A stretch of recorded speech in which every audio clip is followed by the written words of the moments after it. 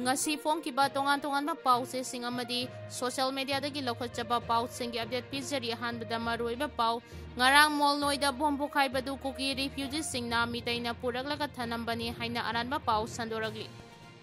Meitei Da buffer zone thugaina bo honaragle haibaga loinana Indigenous Tribal Leaders Forum na akan mamongda yaningda bo ulagli Itlf ki protest Idp Singgi Mayoktani haina su athobana fongdoragli Manipur da NRC tawdriba fawba mikok masing thiba yaroi haina Jitendra ningombana fongdorakre T tourist sangdarakre G Priyanka da amuka su PWG na warning tawragli Junta gi mathakda wild chatharagani haina UN na fongdorakre Awaba punsida leiriba Idp Singgi yengbiraga bye bye amadi New Year gi thauram chawna pangthopigano haina Iklf na fongdorakre PM Modi na cross-border infiltration sagatuna Northeast Miyamgi identity manghanaba honaba singi mathakta warning tawkre lam ekra satruka amada tharamba popi bambi singya thatkre kedi mapalumba IED fangli Bangladesh da BNP gi lusingba amagi masanupi amana hingna mai thakre anina maina chakpadagi phibam lona leiri Kokomina relief camp ta leiba IDP yankhai khangalaga layengkre Kuki gi yum chingmitei pangal singda yonchinba yaure haina phongdorakli IDP singna mayumda hanjanjage haibada nataba singna yadriba karigino haina kemchana hanglagli haudi makha tarakpada Pao Sandokna pijari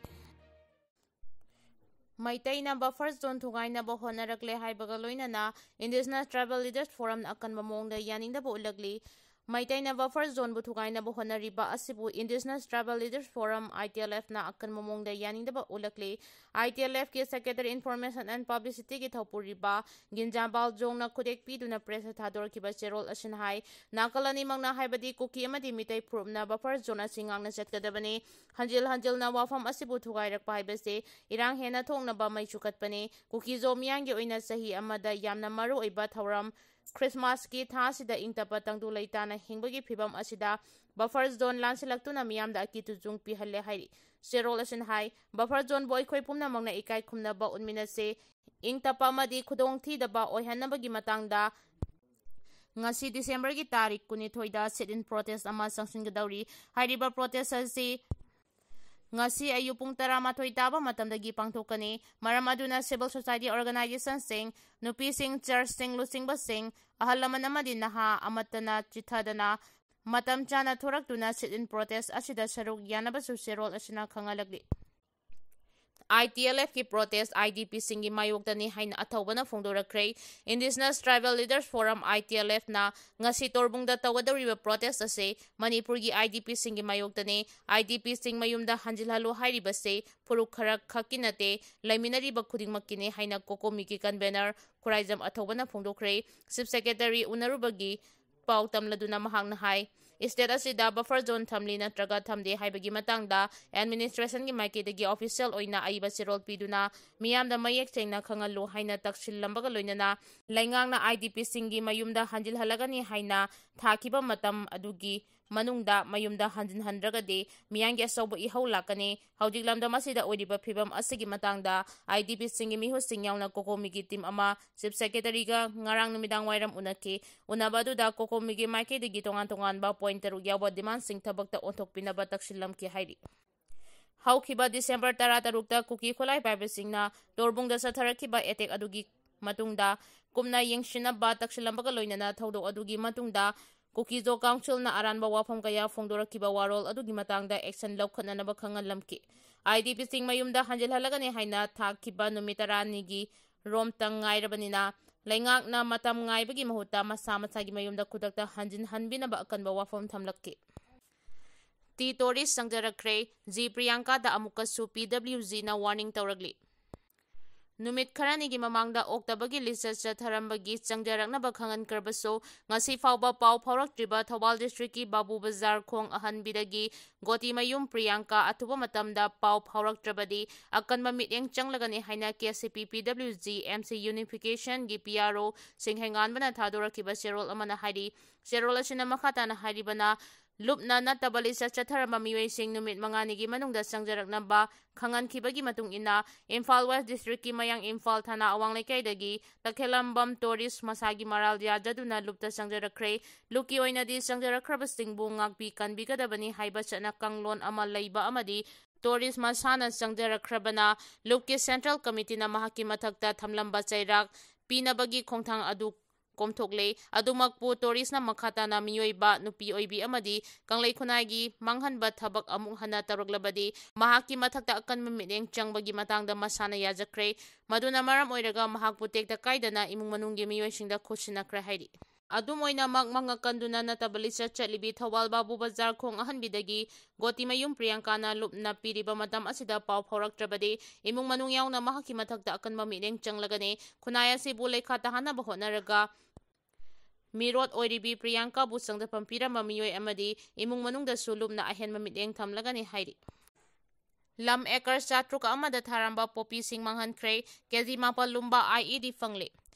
Security ki apunba khutpuna leptana chatharakpa operation singda singi area singda ain kaina lam ekra satruka amada tharamba popi pambi sing yanthatuna manghantahan kre amadi thawalda chathagiba search operation da keji mapalumba improvised explosive device IED fangbangam kre haina ngarang police ki source amana phongdoragli Official oiba paugi matung ina Ukhrul district ta chathakiba joint security operation amada security force singna khwaidagi chauna amadi maipakna khul tarada ain kaina lam ekar Chaunga ga yangkai mapanda tharamba popi pambi sing mahanta hankre hairi Juntagi mathakta wild chatharagani haina UN na phongdorakre United Nations gi International Court ki Justice na Myanmar junta lainga ki mathakta wild chathaba hauragani hairi United Nations ki makok thongba court ama oiriba International Court of Justice ICJ na Rohingya community bu paktakna mihu chathagani haina Myanmar junta laingakta maral siraduna mathang thadagi wild chathaba hauragani haina court asina phongdorakre report asigi matung ina ICJ na South Africa na Gazada Israel na miyot minay chathagi haina thamlakiba case amaso wild chathanaba case amaso thagalake Africa gi Muslim leibak ama oina leiriba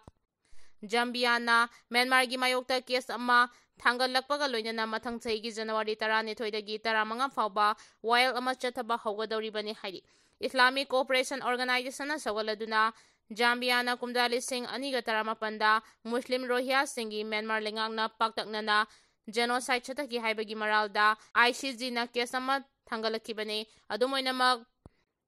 Zambia gi church amadi Myanmar nadi yumpham yaudana Aranb Pao ni haina phongdoklibane hairi adum oinamak Zambia gi church ase Myanmar nadi yumpham yaudaba Aranb Pao ni haina phongdoklibane UN gi ICJ na thamlakpa statement amada mathang chahi January da chathagadawriba hearing adu midna uhauba singna thamlakpa wild ching amadi expert singna thadorkiba warol ching adu kupna nainarama matungda chathagadabani hairi Kokomina relic camp ta leiba IDP yangkai khangal layengkre Kuki gi yum ching mitai pangal chingda yonsinba yaure haina su phongdorakre Little Clinic Nagarana Sinduna Ngarang Nongmei oiba free health camp ama pangthokibaga loinana tonga relic camp ta layengba ngamdana leirakiba ka henna hakchangi phibam choklaba IDP yangkai kokomina khangal lemna layengkre loinana hospital gi maikedegi su IDP patient sing adugi blanket su yenthokre ngarang pangthokiba lemna layengba camp aduda mari leinana Little Clinic ki manager Thongnojam Srinivas na haikibada Ningthamta sangchilakpaga loinana lamdam asigi haudik oriba sel thungi phibam phattaba asida ana layengda miyamda khudong chaba ama pinabagidamak ngasigi free health camp asi pangthokpani camp asida puna miyoi 410 lakpagi manungda kokomina tharakpa IDP yangkai so masigi khudong chaba CPK loinana IDP patient sing adu lemna investigation tawbagi khudong chaba yauna lemna hidak langthak singchu piki adubu general miyangi oinade investigation da discount pibaga loinana lemna hidak langthak piri haiki PM Modi na cross border infiltration sagatuna North East miyamgi identity manghanaba hotnaba singi mathakta warning tawkre Prime Minister Narendra Modi na awang nongpo Bharat ki state singda opposition na ain kaina sangchilagliba miyoi singbu support tawi haina maral siraduna mapalamdagi ain kaina state singa sida sangchilagliba infiltrators singna anti-national gi oiba wakhalon pohaladuna hairiba state singa sida violence tokale hairi Prime Minister Modi na Guwahati airport ta anauba Terminal building ama sangabagi thoramda miyangi mifamda wangang laduna hai Opposition India Alliance na phongna singnaduna anti-national agenda sing sitinari Supreme Court of India buso makhoigi tongan ba judgment sing da India da leiriba infiltrators sing lawthoknaba honari PM na makha taraduna hai opposition party na India da mapalamdagi sangsinduna khundariba singi dama ukil fawbanek tuna court da infiltrators sing asibu leibak asida settle tawhanaba honari Prime Minister Modi ki wafam ase ikuidana Bangladesh ki yamna maming chetlaba miyangi lusingba kharana awang nongpok India gi testing ase India da gi thokhai ta halagane haina laukhiba wafam sing aduga mari leinana awang nongpok ki testing da cross border infiltration chatharakli basida opposition na phongna sagatpagi mami tari haina phongdoki Bangladesh da BNP gi lusingba amagi machanupi amana hingna mai thakre ani na maina shakpadagi phibam luna leiri Bangladesh ki mikhol naksilakpaga loinana rajniti gi tangtadaba phibam ama mayoknaba hore hingsa gi thokdok kaya paksana tholakpaga loinana Bangladesh Lakshmipur Sardar Upar Billa da leiba BNP gi lusingba amagi yum ngarang ayu anganbada lamhen tuhenba miyoi kharana pung amarom tabada maithakre mahaki sahi taret khakta ngariba machanupi buna yungi thonglon silaga hingna maithakre sahi taramari khakta ngariba Samia Akhatar amasung zahi tarataru khakta ngariba Samla Atakhar kauba machanupi anina maina shakpadagi aruba phibamda sokle thawdok adu nahan aheng nongyai matung ngarang ayu anganba pung amarom tabada thokibane sakhangdaba sengna mai thadok lamlaba yum ase Bangladesh ki political party amoiriba BNP gi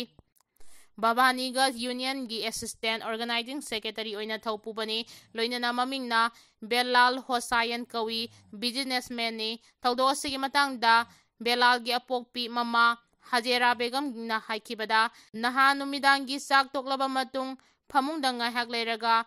makol amatai haiduna thongnawda yengbada mahaki machanupa Belal gi yum adu miyoi kharana mapandagi loina sol lon khraba matungda petrol hajilaga mai thakibane haidi